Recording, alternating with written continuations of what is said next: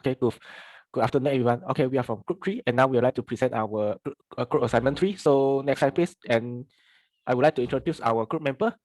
So first is Andy, and next is Chu, and next is Nawa, and last is June. So first we're going through into the introduction.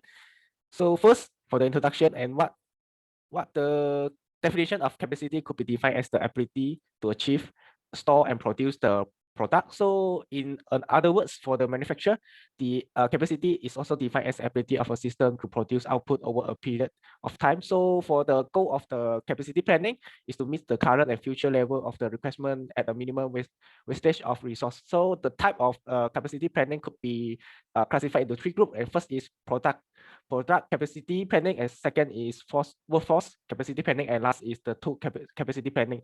So in relationship to our case study, the production could be the quality problem, and the workforce would be the SMPs, and the last is the tool would be classified into automation system and production planning. So next slide, please. So we would like to discuss for the first problem is quality problem. So why is the quality problem is important in the manufacturer? So first is the certifications of the customer and loyalty as they continue to purchase the product. In the other words, the quality problem makes an important contribution to long-term rewards and profitability. Okay, next slide, please, Andy. And how to measure the quality of the product, and the quality can be defined, measured differently depends on the audit. For example, the quality of design and conformance to specification provide the fundamental basic for managing operation to produce quality products. So, and I would like to show a method and how would we like to improve our quality problem. And first, we would like to introduce the Kaizen method.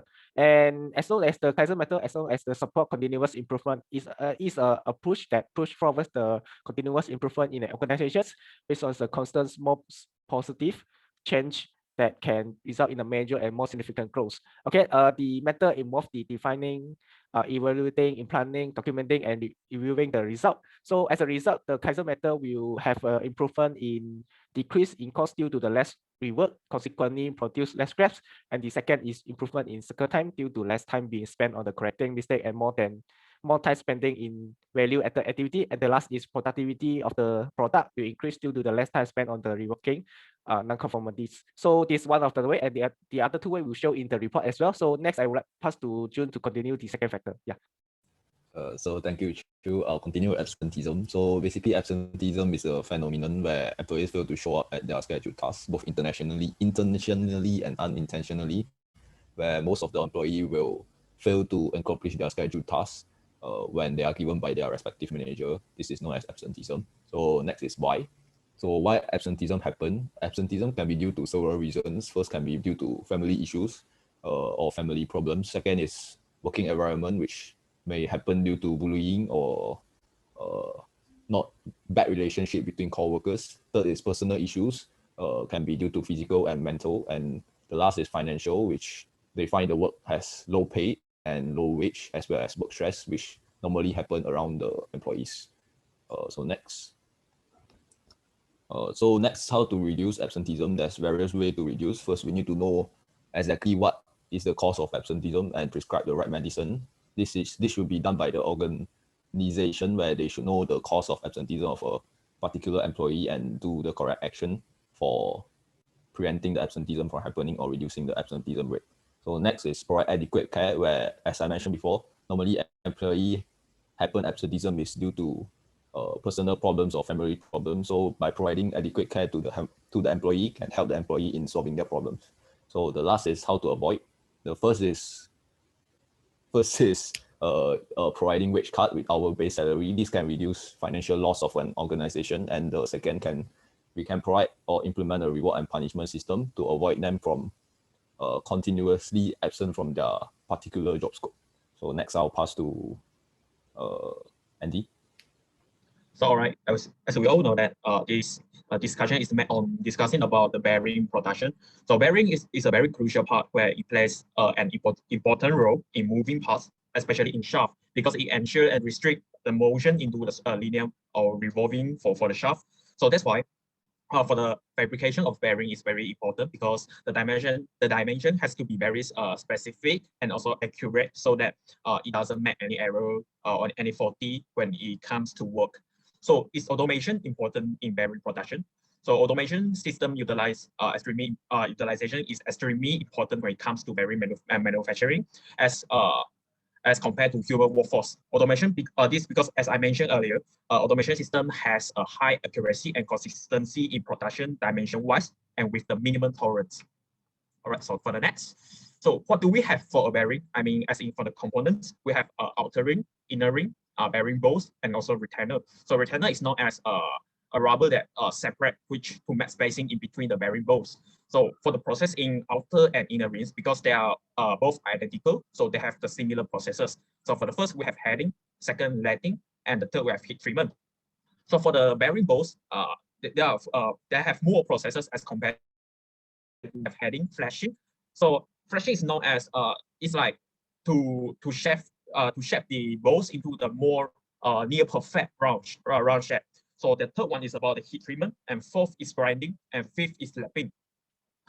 So after we have finished fabricating all the individual components, so it comes to assembly of the bearing.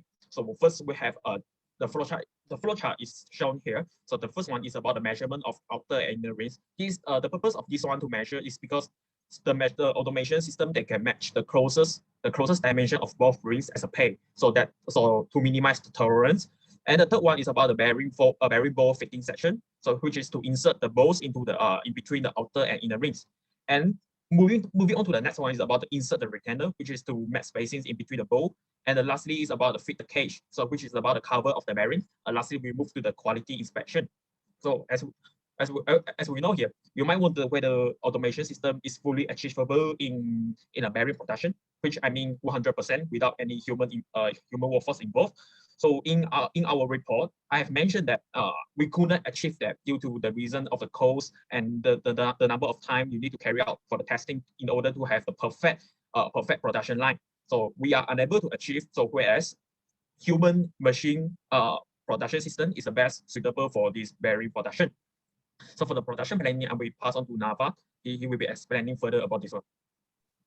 Okay, thank you, Andy. So basically, I'm going to present about production planning. So what is production planning? Production planning is actually a act of creating a roadmap for the design and production of a product or any service. So production planning aids business in making their manufacturing process as efficient as possible. So a few components are needed to be considered in order to ease the production process of this bearing. So next slide, please. Next slide, please. Okay, so one of it is a facility layout. So the main goal of facility layout is to create a workflow that maximizes the worker and also the production productivity.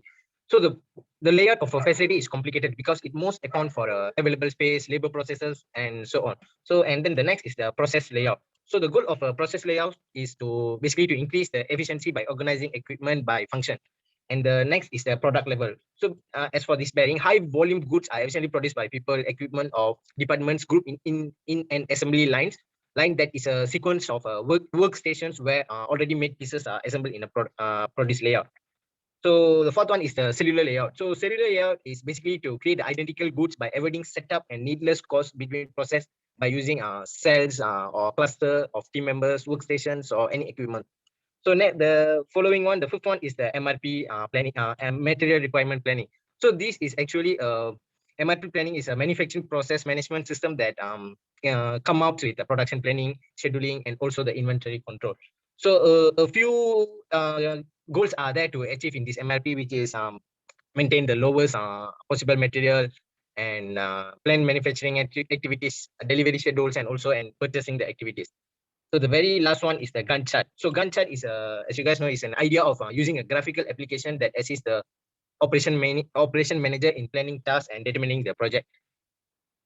So we can see there are a lot of components in Gantt chart, such as the start date of the project schedule, when does the project starts and ends, and so on. So I think that's all from me. I will pass the recommendation part will be presented by June. So thanks, Nawaf. So basically, the recommendation part, we choose a research paper on a case study of Cadbury, where the author focuses on the investigate of absenteeism on corporate performance, where first they identify the cause. A few recommendations was pointed out by the author of the particular paper, where firstly, we should identify the cause of workers' absenteeism and seek means of reducing the absenteeism in order to enhance corporate performance, where this is vital because for an organization to identify the cause, helps them to prescribe the right medicine for them to carry out proper corrective action. So next is organization should encourage teamwork that will enhance team spirit and relationship among team members. This helps in building a better mentality among the co-workers. And the third is ensure that the staff are adequately motivated by paying them commensurate wage rate that will encourage them to remain on the job. The last is basically punishment besides salary based on hourly rate. So that's all from me. So for the conclusion of our discussion, so we know that actually for the objective of this paper is to know that whether it's achievable to increase the production out to 100 instead of 84 per day. However, there are a few factors that need to be considered, such as 3 points. But the first one is about the workforce, and the second is about the machines maximum workload, and the third is about the production layout. So 3 of these factors, they are all have been mentioned in our presentation and also in our report.